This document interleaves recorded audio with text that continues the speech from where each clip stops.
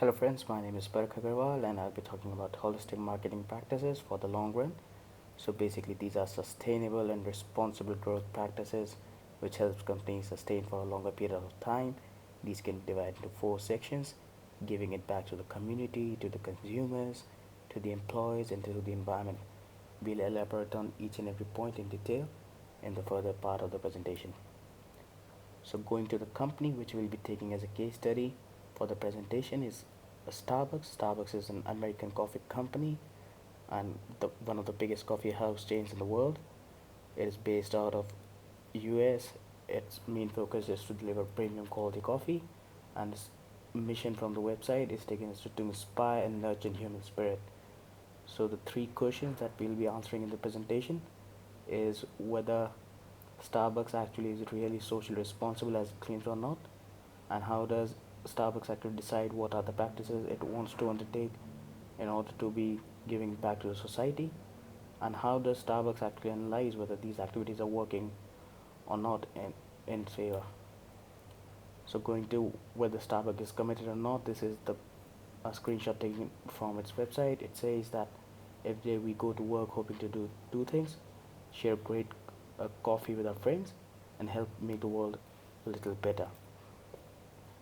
So going on to what Starbucks defines as responsibility, it defines responsibility as something giving back to community, to the environment, and have following ethical sourcing practices and getting as much diversity as possible.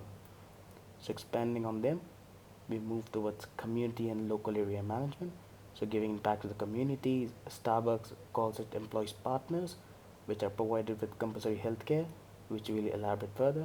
They also get stock option plan, and hence they feel a belonging to the company because they have a financial decision or they say in the financial decision. Starbucks also have literacy programs and for the children in the United States. It also has partnerships with various global social funding initiatives like Product Red. It also encourages the people working for it to do community service. So one of the astonishing fact about Starbucks is from 2014 onwards, it is actually spending more on healthcare for its partners or employees than the coffee, which is quite astonishing to see from the fact that Starbucks is actually a coffee producing company. Also, Starbucks involves itself highly in community service. It motivates the people working for it to work for community.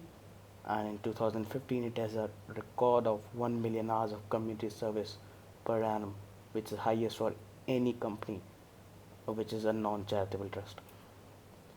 Also, Starbucks has a partnership with Product Red, which is basically a global funding for people suffering from HIV/AIDS in South Africa. So Starbucks also um, focuses on reducing environmental footprint. So any company in the Fortune 500 list basically works towards this goal, and this is what differentiates it from rest of the companies. So Starbucks, these are certain advertisements from recent clippings on Facebook of Starbucks. So these are in different countries. So April 22, which is the Earth Day, so Starbucks celebrated it by launching some schemes such as bring your own mug and get discounted drinks or free beverages. So hence promoting low paper cup waste. Also, Starbucks has been in partner with Go Green initiative for a long time now. One of the most unique and astonishing fact about Starbucks is the green buildings it promotes. So every Starbucks coffee house is uniquely designed and made in such a way that it only uses responsible building materials. It has energy efficient designs, and it uses alternate energy sources, so it reduces the fuel consumption. Also, Starbucks is highly corporate responsible and focuses on ethical sourcing practices. It not only helps it to have a better brand equity but also develop a long-term high-quality supply of coffee beans. So, how does actually Starbucks evaluate uh, or know that its sustainable activities are working? So, two techniques are very prominent in the industry for this. So, first is called marketing control, so which is basically analyzing what you are doing over there, So annual plan control is basically a technique in which you focus on achieving annual plan which you have set. So you try to achieve them day by day or quarter by quarter. Second is the profitability control in which you basically analyze the profit which a set of activities bring to a company.